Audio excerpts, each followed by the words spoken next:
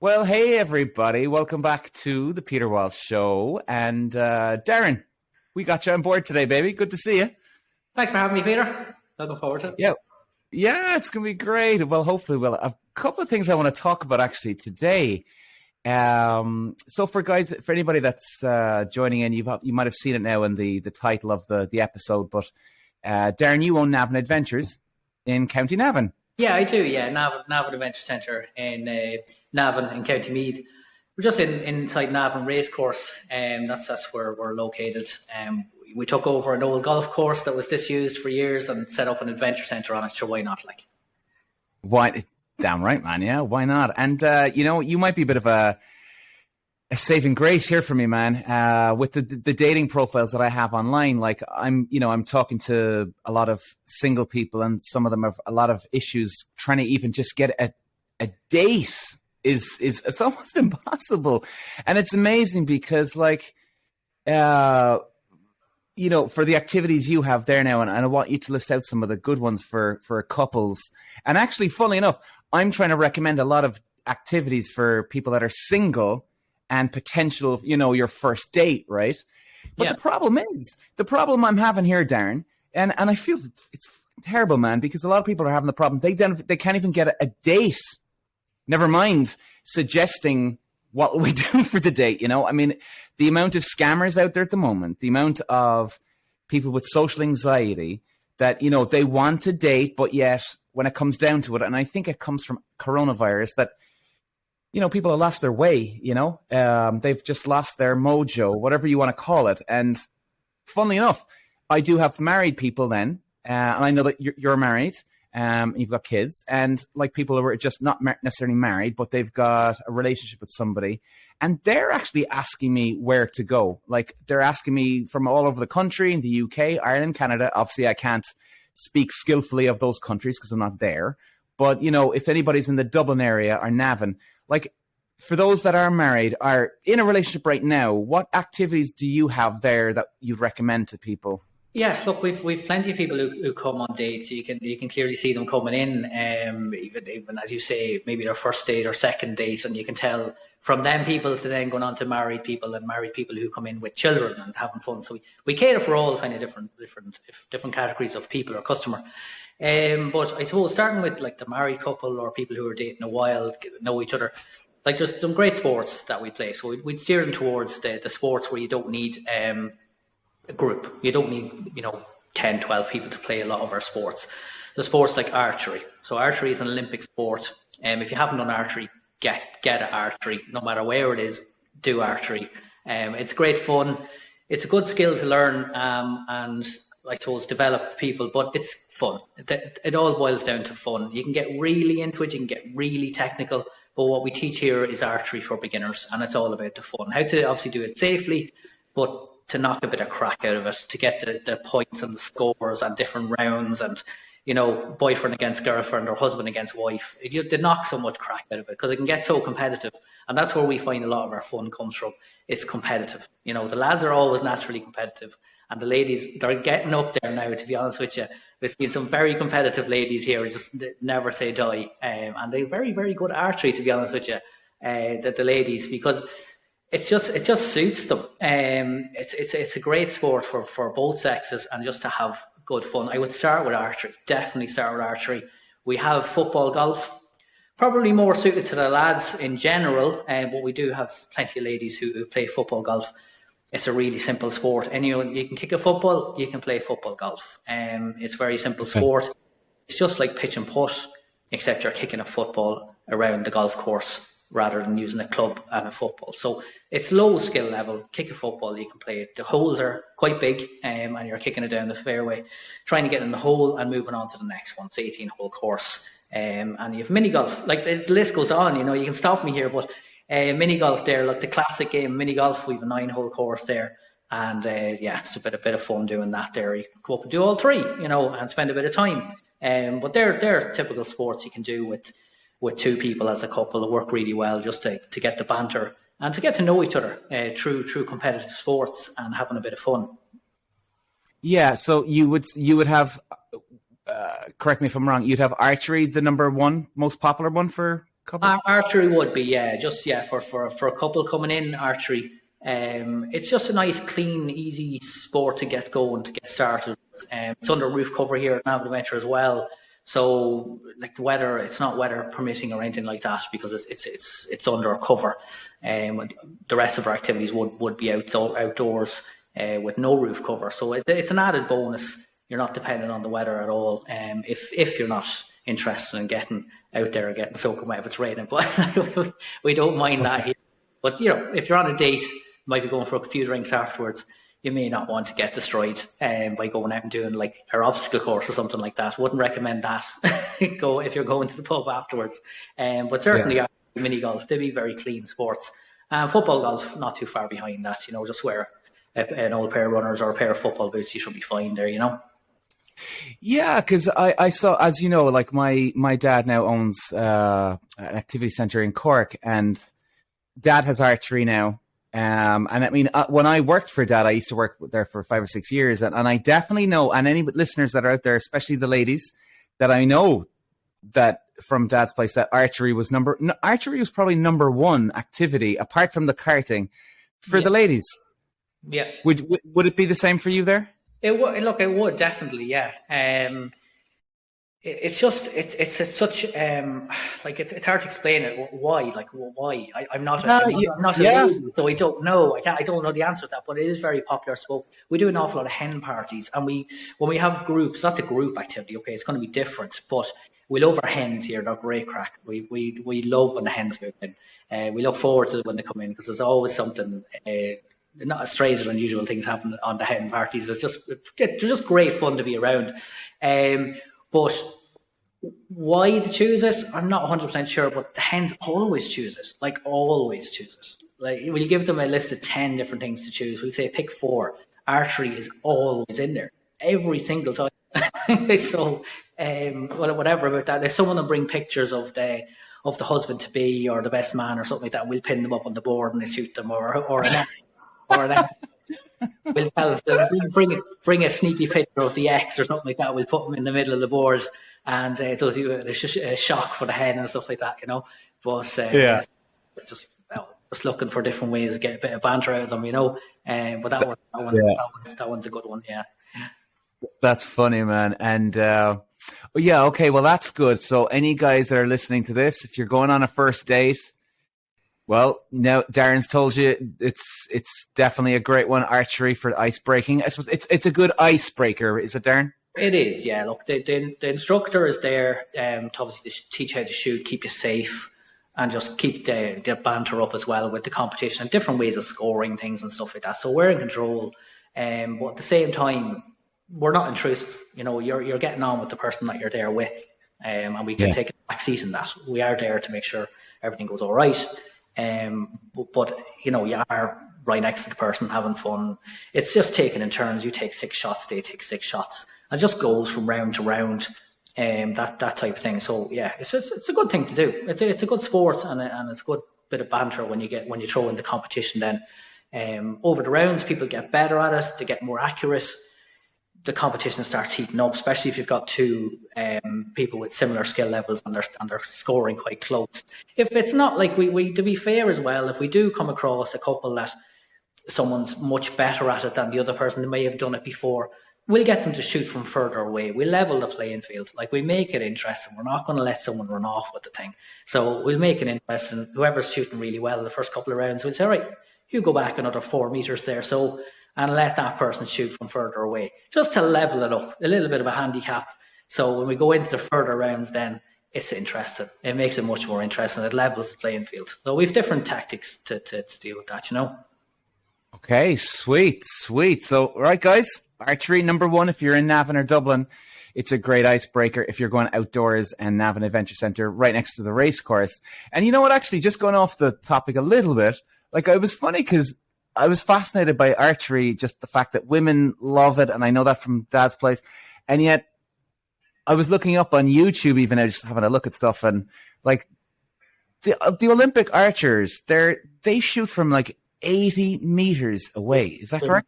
Yeah, it's crazy. Yeah, it really is crazy when you see the distances. Like, we shoot from maybe 10 meters, and then they're shooting 50, 60, 70 meters. It is crazy what they can do. Now, they are different bows. That's what I will say to people as well. So we start off with a recurve bow, which is perfect for beginners, and they're shooting with compound bows. They're different types of bows. They've got much more power, and they can shoot for greater distances. Our bows wouldn't be designed for that.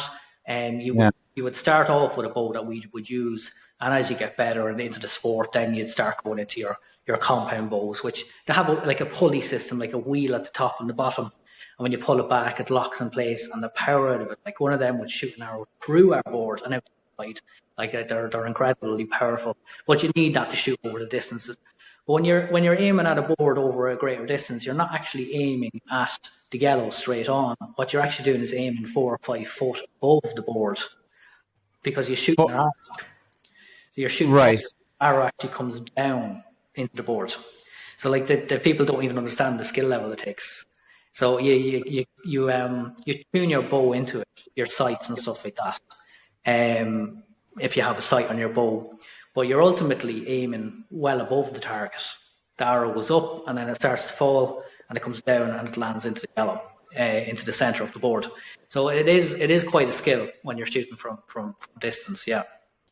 And yeah, because like I used to race, so I got a fascination, a kick out of going through the kind of the psychology of how things work, or the athletic ability you need to bring to a certain sport, and like breathing exercises. And I was even listening to like a professional archer there now on YouTube on Joe Rogan podcast actually this morning and last night, and like the guy was talking about like the breathing exercises they need, right? I mean, like I used to race now in the racing cars in America, and when I used to race on ovals, like you'd have like high G corners, you're pulling 3 or 4 G.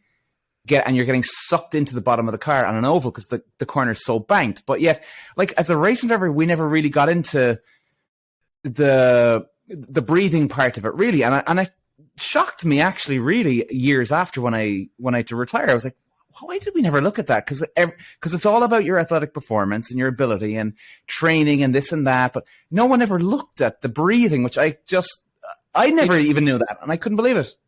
Yeah, it's huge in archery. The breathing is particularly important when you're trying to progress and trying to get really good at archery. So like we teach people basics. We're not going to go into breathing techniques and stuff like that with people who are learning. But people who are very interested in archery, they're getting on well, they're shooting really well, and they're shooting from longer, further distances.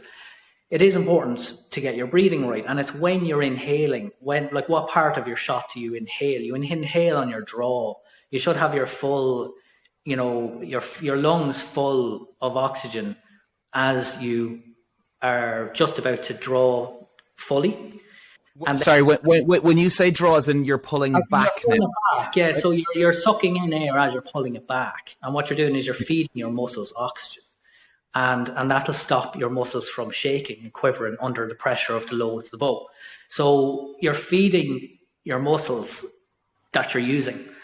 So when you have your full intake of air, you have to pause just for a little second with that load, with that weight, with that tension running through your arms, down your back, into your legs. And if your muscles are quivering or moving, or if there's any movement at all, it can set your arrow off a couple of inches by the time it gets to the board. Everything has to be like completely still. So the breathing comes into it. You don't want to be exhaling as you take your shot, because as you exhale, your lungs are moving, your body's moving. If your body's moving, your hands are going to move, your arms are going to move, and it's going to offset the arrow somewhat. So it's all about timing, when you take your breath in, when you take your breath out, when you draw back, when you release the arrow. So the breathing does really come into it. It's amazing, yeah, when you get into it properly, yeah.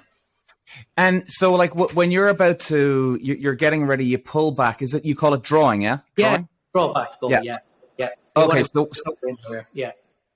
Right, so when you're drawing now and you're getting ready, you're breathing in, and then before you take your shot, obviously you're not, breathing all the way out, but you're just holding your breath at a nice. Yeah, I would hold my breath. Yeah, now you're never holding it very long, because if you hold it a long time, if you're holding it for over a second, then your muscles are under tension too long, and then you will start moving. So as you're drawing it back, you're drawing in your breath. By the time you get to your full draw, as in you've drawn it back as much as you're going to, you stop breathing, focus, let it go. This is all happens under a second. Do you know what I mean? So your time has to be pretty good, pretty bang on. You don't want to be holding it for longer than you need to. Yeah. Because do you ever hear of Rickson Gracie? He's a jiu-jitsu specialist. You haven't. Okay, yeah. Well, Rickson Gracie, he's like arguably the greatest jiu-jitsu of all time, 9th degree guy, and like he was on Rogan there now. And he was explaining his breathing process, and I was like fascinated because a lot is tied in with archery or a sniper in a war. That the breathing is amazing, and he was even showing us like this guy's even telling us, and people, you should YouTube this. He was saying that most of us breathe the wrong way. Like we're breathing in, yes, cool, that's fine, and we obviously have to, otherwise we die.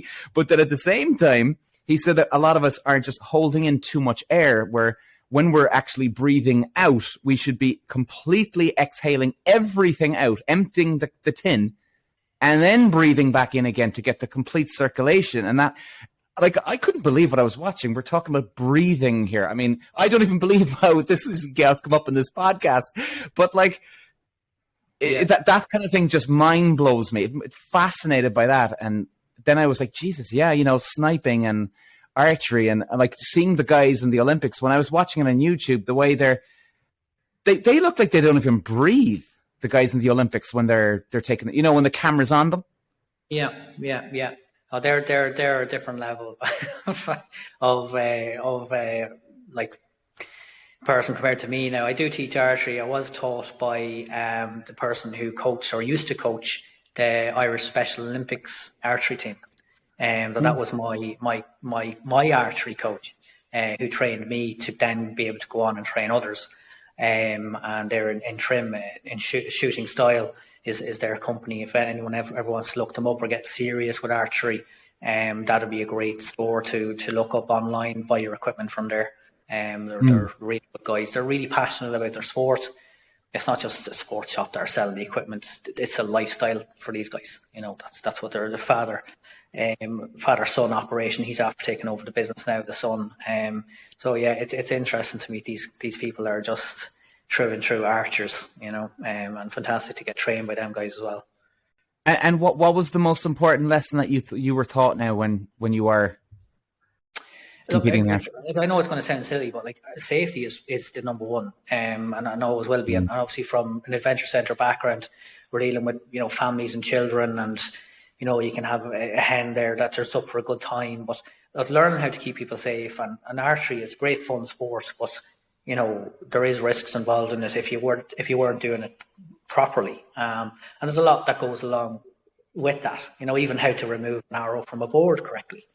How difficult it is pulling out an arrow. If you walk towards boards directly head on, it's actually an optical illusion. You don't know how long the arrows are coming out of the board or protruding out from the boards. If you walk straight onto the board, there's a slight chance that you might walk too far, too close, and have the arrow go into your eye. Like that's happened to people. So like something simple as that. Like I'm just fascinated. Like okay, you walk from the side of the boards, you walk up to your arrow, you take them out one at a time. There's set procedures and stuff like that for everything. So like that would be the most important thing. Like I'm just being honest. I know it's the boring answer, but like the safety stuff is the most important for us. Oh yeah, well no, obviously, of course, that makes sense. And like, when you're shooting the bow, like is breathing, like how much do they emphasize on breathing, or what's the number one thing they teach you when you're shooting the arrow? Yeah, so it's all to do with your number one thing would be stance, getting yourself a good stance. Like golf, so you're getting yourself a good grounding, you get good balance from that, and then you're getting a good shape with your arms where they should be. You're drawing back to the side of your face, just beside your eye. You don't want to be bringing it towards in front of your nose. A lot of people naturally will do that. They'll bring it and they'll pull it straight in front of their nose like that because they think they have to look out their two eyes, but you actually bring it to the side of your face. If you bring it in front of your nose and let go of the string can run down on your arm and you can end up with quite a bad bruise. So yeah, it's just teaching people how to, again, it goes back to safety. It's just like teaching people how to do archery properly. Yeah, of course you can pull out a bow and let it go. The arrow's going to come out it mightn't necessarily be the right way, you know. So you just teach people how to do it properly and have a bit of fun with it. But yeah, you're using an awful lot of your back muscles. That's where your power comes from. You're pulling it back with your arms, but you're using the muscles in your back, which sounds a bit strange. But yeah, that's what you're doing. Yeah, that's cool. And actually, I wanted to talk to you as well. I was having a cup of coffee there with one of my friends the other day, and I was bitching and moaning about the drivers on the road at the moment, especially bus drivers. And I see that you have a driving school, and I want to talk about that there in a minute. Yeah. I think that's great, man, because I even posted this on my social media about 2 or 3 months ago about bus drivers and the way bus drivers at the moment on the road, the balls on these guys. And this isn't me, Mr. Racing driver taking the high horse. No, it's the complete opposite, because as a racing driver, you know how to drive safe. Safety is a huge part of racing cars because you could die in a car. So we're very aware of it. And there's not one racing driver I know that acts like the maggot on a road. None of us ever drive fast on a road. There's no need for it. So we know about safety. And when I see bus drivers on the road these days, they're up your ass. They are slamming on brakes for no reason. They're pulling out in front of cars for no reason. And it's unbelievable. And it drives me mental when I see these guys, or ladies, because they've women and children on the bus, and they've especially the children and the older people. What are you doing, man? What are you doing? It drives me mental when I see this. And then also people in normal road cars, where I see this a lot since coronavirus, where people are driving up your ass, not just the bus drivers now, and not every driver, of course, but people are just right up the bumper of you. And I don't understand it, because all it takes is Peter, who's in front of you, to slam on the brakes, teach him a lesson, and, your fault, I'll see you in court, sir. Thank you very much. Yeah. I'm laughing. My father owns a bus company, and my brother's a bus driver for that's right. Bus company, so I'm laughing here like that. Yeah, okay. Well, I apologize, Mr. Nelson, if... It's all good. I know exactly what you're talking about. I seen the thing on Facebook the other day, actually, was... if you're driving with one car up your ass, it's their problem. If you're driving with 3 cars up your arse, you're the problem. I think get out of the way. Yeah. That does make sense. You got 3 cars up your ass. Absolutely. Jesus. But so and I love that. When I saw that on your website, I was like, that's a good thing to have. And I think I think some of these bus drivers, not all of them, some of them, they need to go back to bloody school, man, and learn how to drive safe on the road. That course was developed by Airport Driving School and ourselves. And what it is, it's to get teenagers into cars before they're actually allowed on the road. So we have a road network here at the centre, which is not on a public road. So with obviously the instruction of Airport Driving School and their dual controlled cars, we can allow transition year students to go drive cars, they're 15, 16, 17, who are not, on the road yet, which is fantastic, because you're starting them, you're getting them early. And it's not just look, here's the keys, go out and have a bit of fun. Look, they're all here for that. They're here to drive the cars. That's the fun element. But that's combined with 50% of that course is theory. So they teach them all road safety stuff, and they do reaction tests on computers and stuff like that, just to kind of give them a general awareness of the safety and the responsibility around owning a car or driving a car. So they've got that under their belt before they're even near a car, which is kind of our theory. And the schools love it. We love it. It's a great thing to have at the centre.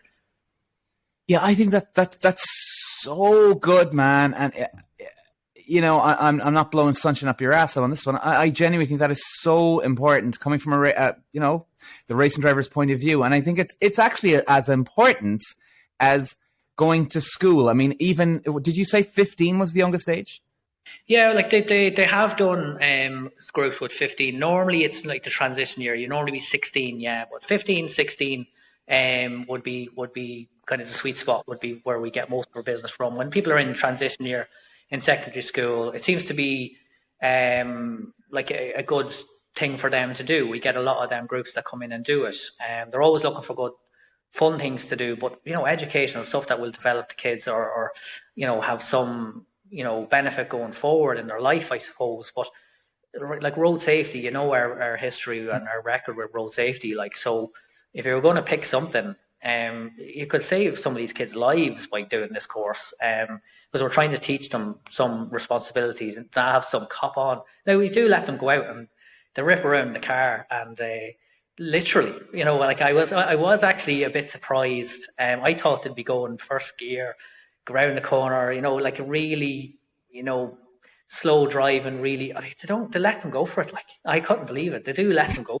Because the roads to go on is gravel. And I was a couple of them sliding around the corner. I was like, see, these kids, this is not the first time this kid's been in the car. Like, you can tell there's a few kids that have been in cars before because they're sliding around the corner. yeah, man. I think that would be so, like, if the government introduced something like this all around the country, hopefully it takes off, man, because I think it is, if you're learning Irish at, 7, 8 years of age or whatever age, I can't even remember school. But if you're learning all this, well, then why not teach something that can save your life? I mean, even if it was just karting, to get a school of karting or something every year where you get the hang of something, and then you get to 13, 14, then maybe you go to Darren's place or you go wherever around the world and you get your course before. How many lives could that save? People having confidence on the road. I mean, you see so many people with that N plate now, and then they're driving on the road and they're holding up about, like you're saying, about 3 people up your asses. That's your problem, and yet you've got about 30 cars now up your ass. And all of a sudden you get one impatient guy and he wants to overtake, bang, accident. Or they cause an accident, they slam on the brakes. There's no, it's like policing on it. I hope this takes off, man. I really do. I think everybody needs it.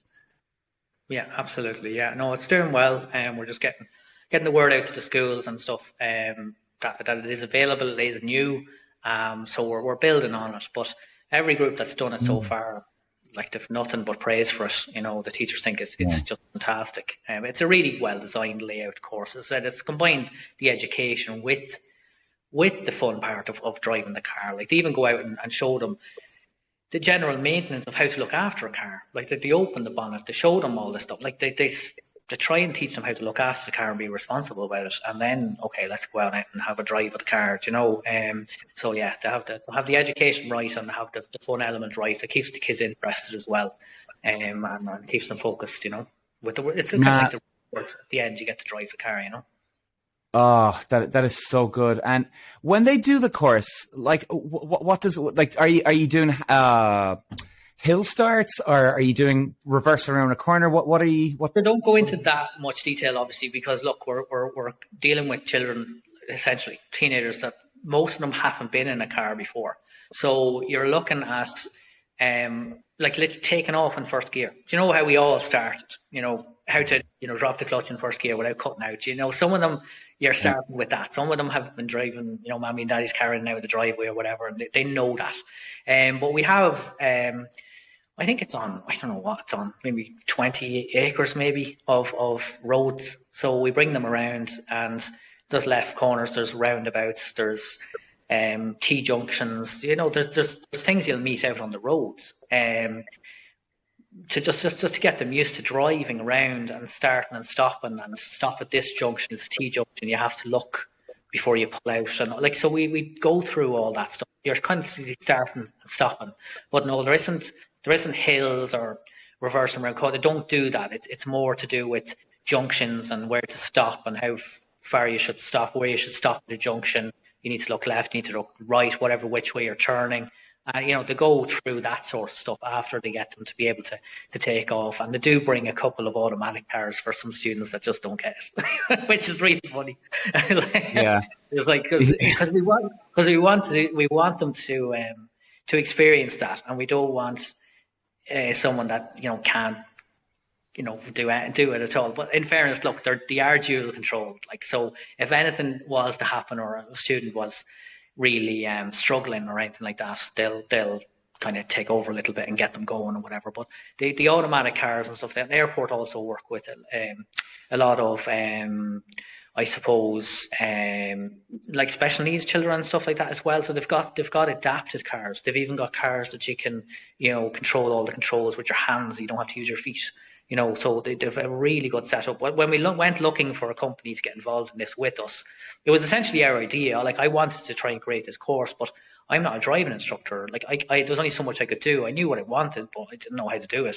So it took me a few tries to find the right centre, to find the right driving company.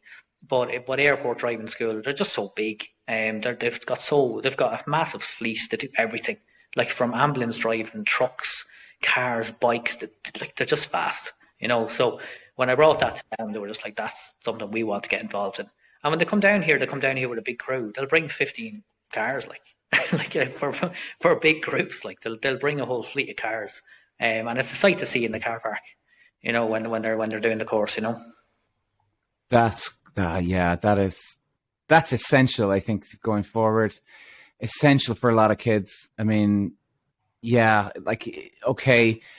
Some kids get it. Some kids get out there with their dad's car, like you say, going around the driveway in the house or whatever. But then some of them go on a back road out in a field somewhere close to their house. And okay, fair enough, that's okay. But all it takes is if you're on one side road by your house and one guy coming at you the opposite way, and boom, not good. Yeah. When did you start this, Darren? We actually started it before COVID, but we just launched it before COVID, and then COVID happened. So it was kind of like a false start. We done one or two groups, and then we couldn't do it anymore. So it's just getting back to advertising it and getting it going now again. Like, we've done a few groups since COVID, but we haven't properly relaunched it. We've been kind of waiting for a while. Schools are starting to travel now again. So we'll be on it now, promoting it, starting back promoting it. But it is something that we feel passionate about. We really do want to get the TYs in here for that. They can come back to us for the activities. That's what we specialize in. But it is very important that we get as many to do this course, because it is such a benefit. And as I said there, like, I fully believe you have the potential to actually save someone's life. Like, even a pedestrian's life. Yeah. And it may not even be theirs. It could be, potentially someone that they could potentially hit by just not having that respect that they may learn by doing the course, Yeah, absolutely. Yeah. And sorry, guys, Darren was saying TY, that's transition year. That's like fourth year, when kids get to about 16, 17, for anybody that's listening overseas. And anybody that's listening in Dublin and close to Dublin, well, look, Navan is very close, guys. And if you've got some kids, look, I'm coming from a racing driver's point of view here. It's a huge thing. You should definitely go down to Darren's place and bring your children, because even like, I've got a 17-year-old nephew now, and he watched me, race and stuff like that. And he worked in my dad's place in the karting and stuff. And like, I even see my nephew now when he was like 8 or 9 or 10, right? And he was driving the karts around the place. That was cool. And, he was doing it safely. We were keeping an eye on him. And when he got to 13, 14, we gave him a car and he could just drive around the car park, and off he went. We showed him a couple of things and bang, off he's gone. And he's now 17, and we were there for Christmas Day at my sister's house, and he drove us home now. And it was the first time I was in a car with my nephew ever on the road. And, the skills he had from just karting when he was young to learning to drive in the car park, or even around the karting track that Dad has, he'd just go around when no one was around, and the confidence he built. And I mean, if you saw him on the road now as a 17-year-old, you would think this kid has been driving for 40 years on the road. I mean, he's safe. He's a kid, so he kind of goes a little bit quick every now and then, but that's all right. But he wasn't, breaking limits and, this and that, but he just has confidence in the car. And the way I saw it, I mean, it was great for me. My mom was totally shocked in a great way. Like, wow, he can really drive a car. And I went, well, Mom, that's to be expected, and I saw that. So like, I can see it for anyone, any girl or guy, that a boy or girl, sorry, that's, 14, 15. I think definitely I would be all over that if I had kids now and I was close to your place, Darren. And by the way, guys, Darren's not paying me here to promote him like this. This is genuine, like he's not paying. He's not paying me. He's just giving me a brown envelope later.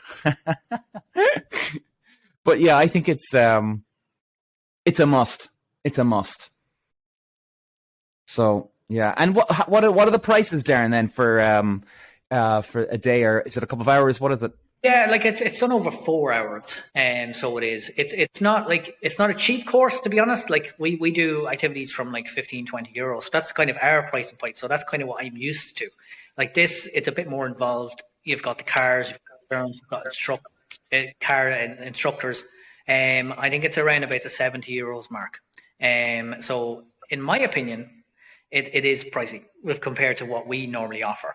But it is very different. And there's an awful lot of moving parts in that when it comes down to the cars and insurance and instructors and all the rest of it. So we've tried, and we are trying to run it as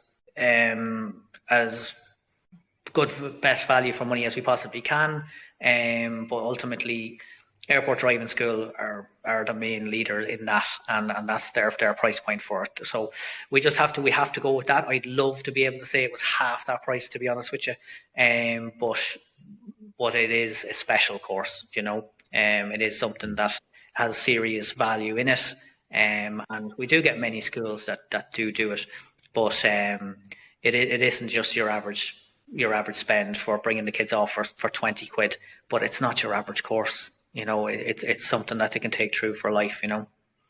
I 100% appreciate that. Unbelievable. And you know what? I might get in trouble for saying this next one, is that even if there's plenty of, let's say, over 70s, over 80s that are driving on the road these days. Yeah, they've got their full license from years back, and, you know, they never had to do the exams that they have to do now. But, you know, they have their exam. And sure, there's a lot of over 70s and 80s that can drive no problem on the road. However, the problem is that there is quite a few 70, 80-year-olds that are out there. And guys, if you're listening, if you have an elderly mother or an aunt, uncle, whatever, and if they're struggling on the road, even I would suggest that they go back to a learning school like this. It's never too late. And you know what? They pick up bad habits when they were younger. And like, it's got safer, the exams these days. So they would have missed out on a lot of the improvements that kids have these days. So even I would suggest the 70, 80-year-olds going back to a school, because we've all been caught behind a 70, 80-year-old on the road where they're driving so goddamn slow that, okay, they're technically being, quote, safe, but they're not being safe, because all of a sudden you could go into a corner and you're driving at 60, 70 miles an hour, maybe not even that fast, but all of a sudden you stumble upon the elderly person in the car in front of you, and they're driving so goddamn slow, you have to slam on your brakes, you hit into the back of them, or even worse, you go onto the other side of the road to try and avoid them, and you have a head-on-head collision with someone else. I mean, I know we're getting into real, like, Jesus, you know, things can happen, but these things happen. These things happen. I've seen it a few times myself, like, and you're just like, oh my God. It's not a very nice feeling. If you do, as you say, come around the corner, like, look, I used to love the ad in the 90s, always expect the unexpected, and that always stuck with me, the driver safety ads and all that kind of stuff, always expect the unexpected. So when you're going around the corner, you have to assume there's going to be an overturned tractor on the other side of it. You can never know what's going to be there, so you always have to be prepared. But at the same that, you're going around the corner at 60 and you're meeting a car that's going 15. And it's good as saying the car's stopped on the roads, you know. It can really put the frighteners on you, you know. Hitting the brakes. And look, you know, guys, you know, if anybody thinks, you know, who the hell is this Peter fellow like talking about this? Look, okay, yeah, I'm in my 40s, fair enough, but look, I used to race cars, and I can tell you this, guys, if I was a 70, 80-year-old person, I'd have the humility. Absolutely, I'd take my ego out of it, because my safety is number one. First of all, I'd go back to a school. I'd go back to a driving school and learn how. Well, no bother. They can go racing as well, Peter. You know, don't be telling them they can't be racing. They can do whatever. Yeah. Okay, fair enough. But you know, guys, I hope that if anybody is struggling on the road, you know, but like, these 78-year-olds, you got your license back, let's go back 50 years, heavy maths now, in the 70s. I mean, the driving on the road in the 70s has to be, there has to be a massive difference in the 70s, the exam that they had to do then versus now. Was there an exam? Like, was there one? I'm not sure. Well, okay, yeah, I'm assuming there was one. So yeah, was there even one? You know, I mean, like people don't think of this, and I think it's crucial. You know, there might be some things that you might just not be confident with. So going back to a school like Darren has, or wherever you're going, it's going to help you no matter what. You know, I think it is. So, yeah. Anyway, guys. So, Darren, your website is Navan. Can you give it to us? Yeah, sure. navanadventurecentre.ie. Just it is what it is on the tin, or as I say, navanadventurecentre.ie, and all the information from all the activities and packages, and even the driving course. It's all there. So whatever you're interested in, just go to the relevant page. All the information will be there, or get in touch. That sounds good. Well, Darren, yeah, listen, I think we'll wrap this up. It was good talk, man. Good talk. I'm excited to see now how the driving school, especially, does down in the upcoming months. That'll be great. And sorry, but just one last question. Maybe I missed it there. The driving school, can you go up on your own? It's at the moment it's in for groups, so it is one of our group activities. So that's why we work with the schools and stuff like that, or youth clubs or anything like that. So it's just because, like, Airport Driving School, they're based in Dublin. They kind of come down with a crew to do it. So we haven't gone into the individual lessons with them yet. It's something we might look at in the future. But for the moment, it's kind of groups of 20, 30 children that will come down as a group and do that as a day course. Okay, cool. And what's the minimum amount, did you say, sorry? Minimum is 20. So, yeah. 20. 20 minimum. We can go up to 60 or 90 or whatever. There's no problem. They have any amount of cars and instructors and stuff like that. And for massive groups, we've schools book in with us that have a couple of hundred students. We can split them over a couple of days. There's no problem there. We'll make sure everyone gets to go, whoever wants it, you know. Yeah, that sounds sweet, man. And do you have any up and coming events coming up in Navan Adventure Centre? All the time, yeah. So our next one is a family fun event, which is our Easter event. So 8th, 9th and 10th of April. We have like family fun activities from like mini golf, foot golf, pedal karting, loads of bouncy castle inflatables. We have a treasure hunt, like an Easter treasure hunt. I meet the Easter bunny, all that kind of stuff. So it's a good start for us for the season. It's our first event of the year. Is always the Easter event, and it's just people are kind of locked away January, February, March. It's just nice to get people back out. It's almost like the first thing for spring or summer. Their first outing really with family will be the Easter event. You know, get them out, get them active again, with the Easter event. So it's all outdoor activities for the family from as young as 3. So that's what's coming up next anyway. Yeah.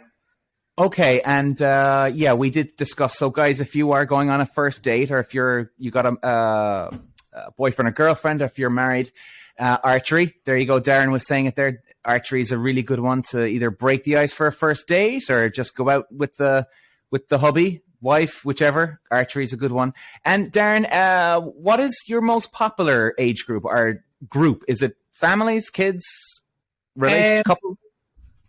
We really do expand over a wide variety, depending on what's going on. You know, I suppose our main source of I suppose our main customer at the weekend would be birthday parties. So from 6 to 12, a lot of them come up for birthday parties. School tours are massive for us. For May and June, they're a very big part of our year is our school tours. We've booked out already for our school tours. I think we've got 9,000 children booked in, which is just insane. Yeah. So a lot of work there. We can have up to 500 students arrive on buses at the same time.